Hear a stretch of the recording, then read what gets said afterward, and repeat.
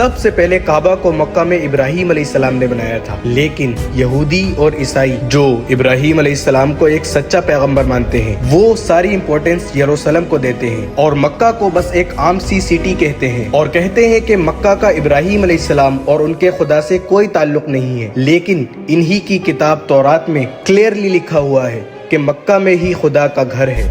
آج سے 80 سال پہلے ورلڈ وار 2 میں ہٹلر نے جب نیدرلینڈز کو فتح کیا تو وہاں جتنے بھی یہودی تھے ان ساروں کو ایک لائن میں کھڑا کیا اور آہستہ آہستہ ان ساروں کو ایک کمرے میں لے جایا گیا، جدھر گیس سے ان ساروں کو آسانی سے قتل کر دیا جاتا۔ ادھر کھڑے سارے یہودی اپنی موت کا انتظار کر رہے تھے اور ان ساروں کی زبان پر تورات کا ایک ہی کلمہ تھا، سام 84۔ یہ سام 84 یہودیوں کی مین کتاب تناخ اور ہیبرو بائبل کے بک آف سامس میں لکھی ہوئی ہے۔ تناخ یہودیوں کے لیے سب سے امپورٹنٹ کتاب ہے اور اس تناخ کے 3 مین حصے ہیں: توراہ جو موسیٰ علیہ السلام پر نازل ہوئی، نیویم جو یہودیوں کے باقی پیغمبروں پر نازل ہوئی، اور کیتھویم جس کا ایک حصہ دا بک آف سامس ہے جو داؤد علیہ السلام پر نازل ہوئی تھی، جسے مسلمان زبور کے نام سے جانتے ہیں۔ سام 84 میں لکھا ہے، کتنی خوبصورت ہے آپ کے رہنے کی جگہ اے عظیم رب، Blessed are the people جو آپ کے گھر میں رہتے ہیں اور ہر وقت آپ کی عبادت کرتے ہیں، اور ان کا دل صرف پلگرمج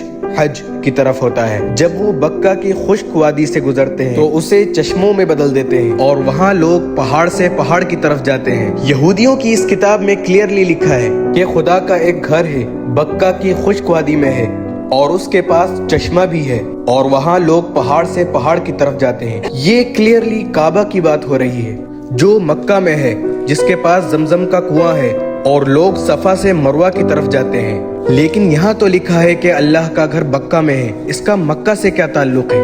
تعلق ہے قرآن کی سورہ آل عمران میں اللہ فرماتے ہیں کہ کہہ دیجئے کہ اللہ نے جو کہا ہے سچ کہا ہے، اور پیروی کرو ابراہیم کی جو بالکل اپ رائٹ تھے اور مشرک نہیں تھے۔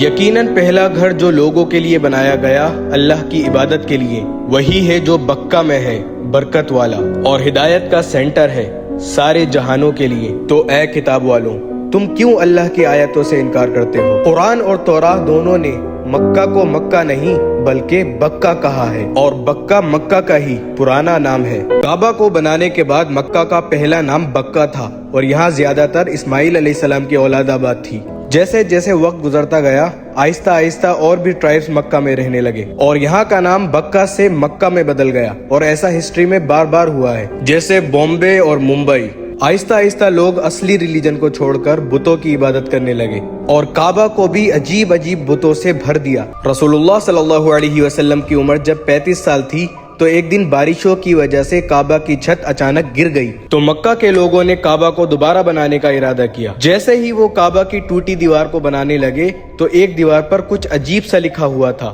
انہوں نے یہ پڑھنے کی کوشش کی لیکن یہ عربی میں نہیں کسی اور زبان میں لکھا ہوا تھا۔ آخر ایک یہودی نے آ کے ان کو بتایا کہ یہ یہودیوں کی زبان ایرمیک ہے اور اس پر لکھا ہوا ہے I am Allah the Lord of Bakka، اور یہ میں نے تب بنایا تھا جب میں نے آسمان اور زمین اور چاند اور سورج کو بنایا تھا، اور یہ تب تک قائم رہے گا جب تک اس کے 2 پہاڑ قائم ہیں۔ اور آج بھی کعبہ کے غلاف پر مکہ نہیں بکہ لکھا ہوا ہے۔